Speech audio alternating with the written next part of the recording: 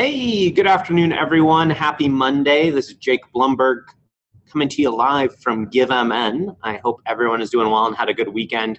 Thanks so much for taking some time out of your busy Monday schedules to check in with us and learn a little bit more about the announcement we made last week about some changes to GiveMN.org and our business practices and model moving forward. And so before we get going, I'm going to just do a brief recap of the decisions that we've made and the changes that we've made, so we're all working from the same premise. And then I know we've had some questions submitted ahead of time, so I'm going to answer those. And then using the Q&A button on your webinar feature, you can submit questions as well. And I've got someone from my team off camera who will let me know questions as they come in. But first and foremost, I just want to set the table of what we're talking about today. And what we're talking about today is the change that we've made as of last week to allow donors to cover fees on GiveMN.org. For the longest time, really since our founding in 2009, we have heard from both nonprofits and donors about our fees. Processing fees have been a big talking point and a big conversation point. And one of the real consensus perspectives from donors and nonprofits has been, can we figure out a way for donors to be able to cover the whole fee? Because what's been tough is a donor will write us and say, I want to make sure $100 goes to my organization of choice. How much do I have to donate to make sure all $100 gets there? And that's a tough question to answer because it's a percentage on a percentage. And so we were never able to really answer that question well for donors, and we've now changed that. As of now, you can go on to GiveMN.org and to any one of the organization pages, and you're going to be able to give $100, and donors are going to be able to cover the processing fee. And covering the processing fee will mean that that is added on top, and you will be donating $106.90 to get $100 directly to the organization of that donor's choosing. And that $6.90 is the other part of our announcement, which is our new processing fee. That has not gone live on our website yet, but as of July 1st, right at midnight, so Thursday at midnight, we will be shifting from 4.9 to 6.9% on our processing fee. And that processing fee up to this point has been covering credit card transaction fees and our technology and administration fees. What it takes to run the website that allows 10,000 plus organizations to raise money without having to pay a membership fee, without having to register their organization, 10,000 plus organizations all in one place, an online giving marketplace. And that's what 4.9% of the processing fee goes to. For the first time in our history, GiveMN is now going to be taking part of that processing fee, that new 6.9% fee, and supporting our general operations as well. GiveMN is a lean, mean team of 5 staff members, plus our team down in Texas that works on the website side of things. And for the longest time, we've had a revenue base that has been made up primarily, 90% approximately, of grant funding from corporations and foundations. 90% of any funding mix is an unsustainable and unreliable percentage. It's really not a safe, nor strategic, nor stable way to have a nonprofit plan. And so when I met with funders in my first 7 months as the executive director, one of the things I heard loud and clear from those generous funders that have made GiveMN what we are today and want to partner with us to make us into what we're going to be in the future said we needed to diversify our revenue sources. We needed to have more than a 90-10 split, with that 10% being made up of generous individual contributions. And so what we looked at was what we had in front of us. And what we had in front of us was our website and the opportunity to support and diversify our revenue sources. And that is what this new 6.9% processing fee is going to allow us to do. What we know about the donor pay option, the opportunity for donors to cover the fees, is that 40% of the time, based off of national data, both from our online service provider, Kimbia, but also Blackbot and other online website providers that do a lot of payment processing, is that 40% of the time on average, donors are going to cover the fee. They're going to choose to cover the fee. And with that, we used that math to compare that to what an organization would experience in 2016 on GiveMN compared to what they experienced in 2015. And so the average organization on GiveMN last year, on Give to the Max Day specifically in 2015, raised, after netting out that 4.9%, exactly $3,000, which we ran that math 6 times because it seemed so odd that it would come out to an exact number like that.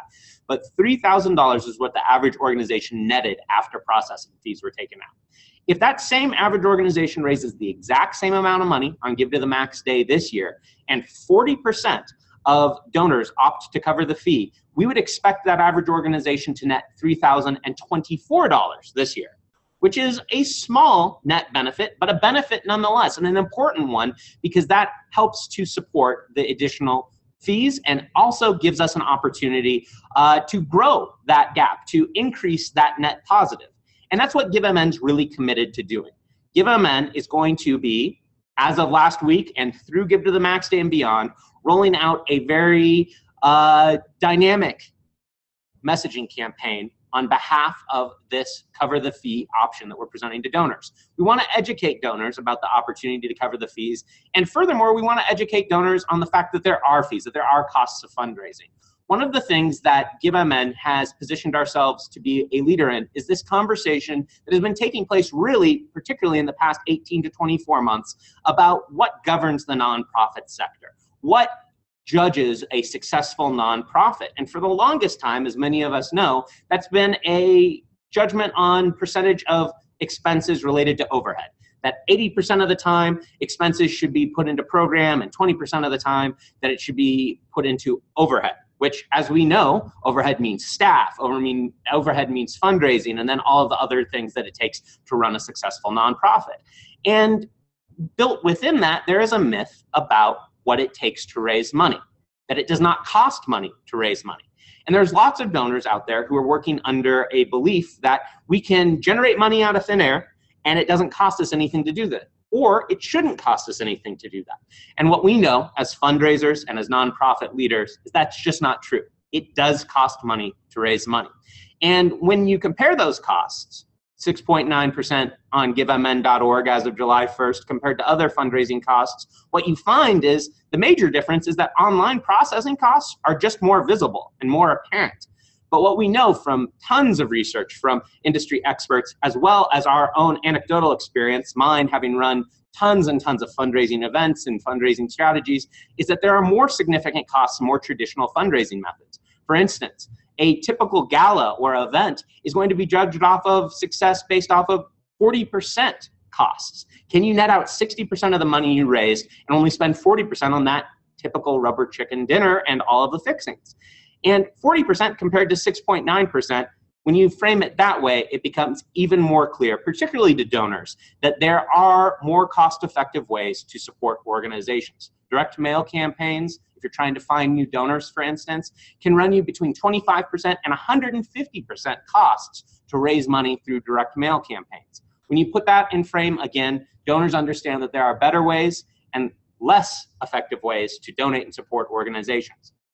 60% of donors are indicating their preference on annual surveys to us. Thousands of donors responding to our annual survey after Give to the Max Day saying they prefer to give money online versus any other method. 60% of donors are saying that. And over the course of 7 years, and GiveMN having raised over $140 million that has benefited over 10,000 organizations, we've also found some other important statistics. One of them is that 87% of the time, organizations are finding new donors via GiveMN.org. And 96% of the time, when a donor visits our website, they're donating more than once. They're supporting more than one organization. The online marketplace model works, and it's an opportunity for organizations to find new donors at a very low cost. Because what we don't require is for any organization to pay a fee up front to be a part of GiveMN.org. There's no membership required, which means you're only going to have fees to be contending with if there's money being raised and new donors being found. And what we also know is that now that donors have the opportunity to cover that fee, even at 40%, that means organizations should be better off in 2016 than they were in 2015. So that's what we're here talking about. That's what we're announcing as of last week. That's what's going live on our website as of July 1st, this Thursday at midnight. And then from here, we're going to be launching a great campaign through Give to the Max Day with incentives, encouraging donors to cover fees. We're going to be creating some fun promotions for donors to get involved in this conversation. And we're planning on taking on this larger conversation and using our model as a case study of what it takes for a nonprofit to become sustainable and also allow the community to support it as we go along. So with that, I am going to look over here at the GiveMN team who is anchoring our chat feature. Know that we have some questions from prior to, and I imagine we've had some questions roll in while I was speaking. So why don't we get started? Andrea, do you have one for me? Yes. This type of fee is like paying a professional fundraiser. Do nonprofits now have to include this in their financials as a fundraising expense? Okay, so what we're really talking about here is thinking about the expenses related to fundraising on our website and how that should be going into a nonprofit's accounting mechanisms. And what I'm going to say first and foremost is that we encourage nonprofits to meet with their auditor or their financial expert, whoever you have on staff or whatever organization you work with externally to audit your books, to figure out what the best way is to track your expenses. Depending on which way you go, there's kind of two paths that fundraising expenses can look like related to online processing fees. You can either book really the net revenue and not talk about expenses, or you can book the gross revenue into your books and then count the expenses that gets you down to your net total of distribution. Every organization is going to be different, and everyone's auditing practices are going to be based off of the strategy you have there. So we encourage each nonprofit to figure that out for themselves. However, this is no different going from our past fee to our current fee as of July 1st. That's not going to change anything in the way that those expenses should be tracked. And we encourage you to figure out the best way to track those expenses for your individual organization. Here's another question. Does the 2% fee take place year-round or just during Give to the Max Day? The question about when does this 2% fee take place? When is it relevant? When is it happening? 6.9% is going to be our processing fee moving forward as of July 1st, which means 365 days a year, we're going to have a 6.9% processing fee. But what is also live as of now and will continue to be live is the opportunity for donors to cover that full fee. So when I give $100 to an organization of my choice, I'm going to be given the opportunity to add $6.90 on top. And that's where that 40% coverage statistic comes from. What we're doing is we're going a step further and encouraging donors by pre-selecting yes. So we are already encouraging donors to pay the fee on behalf of an organization, and then they actually have to opt out to not cover that fee. But 6.9% will be our 24/7, 365 fee as of July 1st, unless we let you know differently, and we do not plan to. Does GiveMN consider their fees fundraising fees for the nonprofit? So the question is once again related to fees, how that should be booked with the administration of each individual nonprofit's books. And I don't want to get too far into those specifics. I'm going to just say touch base with your financial advisor that influences your nonprofit, talk to your auditor, and figure out what the best way is to do that. There is not a one-size-fits-all answer, and I don't want to go too far down that road. However, if your auditor or your financial folks have questions, they can feel free to email help@givemn.org, and we can answer any specific questions they might have. What will GiveMN use the fee revenue for? So our 2% of the 6.9%, how are we going to direct that revenue? What we are going to be doing with that revenue is a few things. First and foremost, we are going to be using that to continue investing in the GiveMN.org platform. One of the things that I don't think I understood before I took my role on the team 7 months ago was what level of investment it takes to have a website that can handle more than a transaction a second over the course of 10,000 different organization pages all at once on Give to the Max Day and throughout the year, and what it takes for us to continue to innovate and have the right types of features that allow individuals and organizations to raise money effectively. And we need to continue investing in that. We've been innovative up to this point. We also know that there's a lot of room to grow with our platform, and we're going to be investing in that. Second, one of the things that we are going to be pivoting towards in 2017 and beyond is building off of a foundation that has existed at GiveMN for a number of years now, which is partnering with nonprofits and schools to raise money better online. One of the things that we do around Give to the Max Day, and many of you may have experienced it, and if not, you're gonna have another opportunity to experience it this fall, is that we do about 4 to 6 weeks worth of trainings across the state of Minnesota, helping nonprofit organizations and schools learn to raise money specifically for Give to the Max Day, but year-round on the GiveMN.org platform. We talk about strategies, we talk about the nuts and bolts of setting up a fundraising page or a campaign, but we also answer questions about what an online campaign can look like more effectively. And last year, we trained over 700 organizations during that training time period, and we expect to do that again this year. We're going to build on that in 2017 and beyond, and we're looking to build the fundraising infrastructure of specific nonprofit organizations moving forward. We know that 72% of nonprofits that we survey year after year, and this is a consistent survey data point for us, and we get responses from thousands of nonprofits each year when we do this survey, 72% of nonprofits have at most one staff member raising money on their behalf. 35% of nonprofits have no professional staff member raising money on their behalf. That means there is a lot of organizations out there, nearly 3/4 of organizations in Minnesota, that have very little to no fundraising infrastructure in-house. And what we believe, and what we know in fact, is that online fundraising is the greatest force multiplier out there. A well-educated volunteer or someone who is spending part of their time with our GiveMN.org online fundraising platform can raise money to the level in which a major gift officer would be able to raise money if it's done effectively and you've got the right infrastructure in place. GiveMN is committed in 2017 and beyond to start partnering with organizations to raise money better. And we've got a lot of new exciting announcements that are coming with that. And we really need the income to be able to grow and evolve and meet new needs that nonprofits and schools have. 7 years ago, the need was processing gifts online.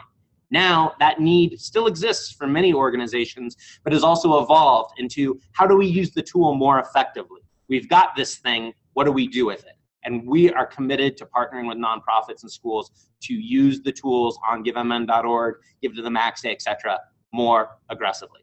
And we're also looking for opportunities to bring organizations together to raise money. We are going to be working to lead funder coalitions, organization coalitions around different issues, to do giving events, to do online fundraising campaigns, to elevate awareness and fundraising strategies for organizations that are united together to address a specific cause. We've done that in places throughout Minnesota in our history, and we're looking to do that more in 2017 and beyond. So that 2% is going to go a lot of different directions, and at the end of the day, what it's going to ensure is that GiveMN.org and GiveMN is sustainable and stable for the thousands of organizations that rely on us not only to raise money online, but in many cases as their sole web presence as well. And we can't go away unexpectedly because of that. And now with our revenue base being much more diverse because of this change, we are much more confident that something won't change on us like that, and we would have the sustainability of thousands of organizations to worry about. Should the nonprofits be informing the donors about the change in order to support GiveMN messaging campaign about the option for donors to cover the processing fee?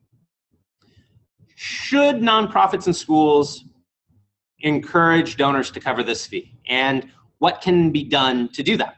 One of the things that I'm going to refer you to is our nonprofit toolkit. This is something that we created on behalf of our organizations that participate with GiveMN to start with some language, some starting points, some talking points with nonprofit and school donors about what covering the fee can mean. I think it is a great idea to talk to donors about this. At the end of the day, what we know, and I know this as a donor as well, is that costs can sometimes be hidden, but I also have this sinking suspicion that they're there. And through years and years of fundraising, I have learned that really what donors are after is the opportunity to do good with their contribution. That's it. When you boil it right down to it, what donors want to do is support their organization and do it well and do it fully. And donors can't fully support an organization with their gift without understanding what that full support looks like. In this case, a full gift covers the expenses associated with that gift. So giving $100 and intending that $100 to go to an organization means giving $106.90. That's what it means in this context. And we feel optimistic, we feel confident, in fact, that donors understanding that process and understanding that there are costs associated with fundraising across the board is a good thing for us to be talking to them about. Because if we give them the opportunity to be more generous, we are confident that Minnesota donors are going to take that opportunity. And we encourage nonprofits and schools to use the resources in the nonprofit toolkit to start those conversations. And we're going to be sending out more tools and more messaging opportunities for you all to leverage as we lead into Give to the Max Day. And we're going to be leading the conversation and providing a conversation that you can amplify moving forward. So definitely think and welcome and invite you to join us in this conversation. Why does GiveMN charge more than processors like PayPal? This is a big time question, maybe one of our most popular questions in conversations and our help desk, which is, why are PayPal able to charge less than GiveMN.org? How does that work? There are a few distinct differences between PayPal or Square or Stripe or WePay and what GiveMN provides. First and foremost, PayPal and the like are simply payment processors. They're not a standalone website. They're something that can be added to a standalone website, but they themselves are not a website. You can do no storytelling simply through PayPal. What PayPal also offers, what we offer that PayPal does not offer, is the opportunity for new donors to find you. When PayPal is out there in the universe on a website as a plugin on an individual organization's page, it is there. It exists in that silo. What GiveMN.org is an online marketplace. That online marketplace means that 87% of organizations find new donors through GiveMN.org, and 96% of donors are able to make multiple contributions when they visit the website. To be able to do that, to be able to sustain more than a transaction a second on Give to the Max Day and be able to host more than 10,000 individual nonprofit and school web pages, that requires more. PayPal and the like, simple processors, are not going to offer features like peer-to-peer fundraising, team fundraising, the ability to input videos and images, and really have a website on behalf of your organization hosted for free on GiveMN.org. That is where we are different. We're not just a payment processor. We process payments as one of the things that GiveMN.org provides, not the only thing that GiveMN.org provides. And when you compare us to other organizations, other payment websites, other online fundraising websites like GoFundMe, CrowdRise, Razoo, etc., we are competitive, if not well below the market rates for those sources. If you go to Kickstarter, GoFundMe, and really dig down into the processing details, you're going to find GiveMN.org is still well below those rates. And that is the market basket that we are most competitive within. At the end of the day, a PayPal plugin is not what GiveMN is. That's not what we're trying to be, and we offer more than that. Why are you talking about this with our donors? We don't want them to have to think about our costs, we just want to focus on their generosity. So the question here is, why are we starting a conversation with donors that maybe a nonprofit doesn't want donors to be aware of? Why are we leading a conversation about the fees related to fundraising of all different types? And the answer is that someone needs to lead this conversation. If you look at where we are as a nonprofit sector and a fundraising sector, what has dominated the narrative for so many years is scarcity. That there is only so much to go around, that the pie is only so large, and that donors are not qualified to have this conversation, and that we can scare them away. If they think it costs money to donate money, they're just not going to donate money at all. And what we know, what research has found, and what we strongly believe in is that the pie is not a set size. We can grow the pie. It's part of our mission, in fact, to grow the giving pie in Minnesota and throughout the country and the world. And to grow that pie, we have to understand what it takes to have the ingredients for that pie. And the ingredients cost money. And anyone who is out there in the world will understand this. And we believe when we educate donors, when we have this conversation on behalf of thousands of nonprofits and schools, that the net gain is going to be a very real one. It's more difficult maybe for one organization that has to worry about its specific donors' opinions to have this conversation on its own. One organization in a landscape of 10,000 organizations is a tough voice to be heard and to build momentum. However, GiveMN and GiveMN.org represents all of those organizations, and we're in a position that we can lead this conversation, and you all just have to second our opinion. You just have to say, hey, that's what they've said. They've invested in the research, they've invested in the time, and we agree with it.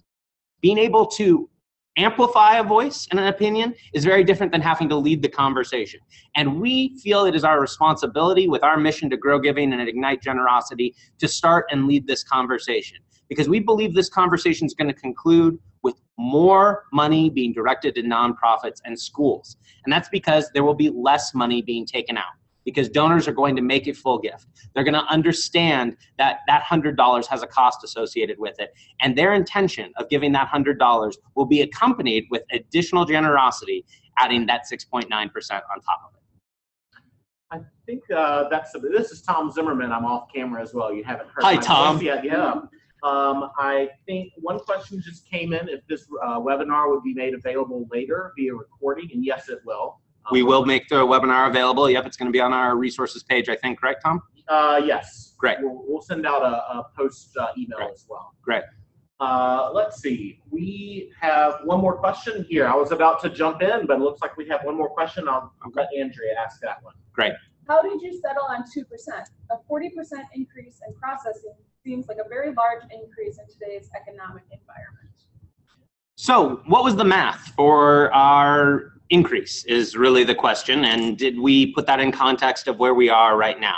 So 2% on top of 4.9% is 40%. That is the math. And the way we landed on this is from a couple different directions. First and foremost, we did research of the marketplace. We looked at everything from payment processors like PayPal and what their rates are, all the way up to fully functioning online marketplaces like Donors Choose, GoFundMe, CrowdRise, etc., and Razoo and others. And we looked to see where we were in the marketplace. We wanted to be competitive, but we certainly did not want to be outside of what the marketplace looked like. And right now, 6.9% is right in the middle of where we are in the market basket. So that was point one. Point two had to do with this opportunity for donors to cover the fee and what the percentage was for donors covering that fee. It was important for GiveMN for us to not levy this increase at a time where the only option was for nonprofits and schools to pay that bill. We've been having this conversation for 3 years, trying to figure out the right time and the right amount, and not feeling like it was right for us to increase the fee without nonprofits and schools having an opportunity to do something about it. And we got to a place where we were able to add this feature for donors to cover the fee, and that was important to us. And when we knew donors covered the fee at 40% of the time, we did the math. We figured out, well, what would mean a at least neutral benefit to nonprofits and schools, and was there a way for us to have even a small net benefit for nonprofits and schools typically based off of donors covering the fee? And when we figured out 40%, that also brought us to a 2% increase to 6.9%. So 6.9 was then competitive in the marketplace. 6.9% with the data we have about donors opting to cover the fee meant that there would be a neutral to net positive gain for nonprofits and schools. And finally, what we looked at was our own revenue mix. We did the same thing that any nonprofit does when looking at our budget. And we said, this is where we're going. This is what it takes to be stable. This is what it takes for us to sustain not only where we are, but where we're headed in terms of programs and services. And we had an idea of what it would take for us to be stable, sustainable, and offer more services and continue to innovate. And what that meant was we needed 20 to 30% of our budget to be made up of fees. Once again, when we did the math on that, that landed at 6.9%. So when all was said and done, there were 3 different math equations we used to arrive at 6.9%. What we also feel confident in is that we do not feel like this is going to mean next year we're going to have to increase the fee again and the year following. We don't want to continue changing things. However, what I'm going to tell you is that we're always going to be assessing where we are in the marketplace, services we provide, and what it costs for us to do that well, effectively, and sustainably. However, we believe that this 2% increase is where we're going to be for the near future and the foreseeable future, and that was important for us too, because every time you change the landscape, that means it's some sort of adjustment that folks need to make, and we did not want that instability there. So all of those influences get us to 6.9%, which we believe is fair and which we believe is going to have a neutral to net gain for nonprofits this year and years beyond. Great. And Jake, I'll say while we're waiting for any possible final questions to roll in, because we've answered all of them that were pre-submitted and that have been submitted now, if you'll just tell people a little bit about some of the resources in case you didn't see that in the email that we've made available and that we'll continue to make available. Absolutely. So a few places that you can go on GiveMN.org to find more information about this. First and foremost, that nonprofit toolkit that I was referring to can be found on GiveMN.org/resources. You're also going to find more information as we get closer to Give to the Max Day, etc. You're going to be able to find webinars and other resources that we provide there, but that nonprofit toolkit is going to be found on GiveMN.org/resources. If you want more information about the fee, what the fee is going towards, and how we arrived at this decision and what it costs to raise money, and you have donors who have questions about that fee as well, you can go to GiveMN.org/fee. That's also something that can be linked to directly from the donation page. After a person selects that they're donating a certain amount of money, that second page where you fill in all your payment information, there's going to be a hyperlink there that takes you to GiveMN.org/fee. Opens a new window, so no one has to stop their donation to learn more about what the 6.9% means, and that can be found at GiveMN.org/fee. Finally, the exciting time is 5 months away now. Give to the Max Day 2016, GTMD 16, is coming on November 17th. Scheduled giving is going to start on November 1st, which means donors are going to be able to schedule their gift to as many nonprofit organizations as they'd like, beginning on November 1st, and that'll be available for prizes and drawings and all the things that you've come to expect from Give to the Max Day, which will be on November 17th. I think that's most of what we had to go over. Those are the new resources. Lots of new Give to the Max Day resources going to be available coming in July and later, including training sessions, where you can find us throughout the state of Minnesota preparing for Give to the Max Day in September and October. And with that, I believe we're done with questions. We appreciate the time that you've taken. We will send this out in case folks missed the opportunity to watch the webinar live, so that will be available. And feel free to email us at any time at help@givemn.org with any questions. Thanks so much for all you do for Minnesota, and we look forward to partnering with you in the future.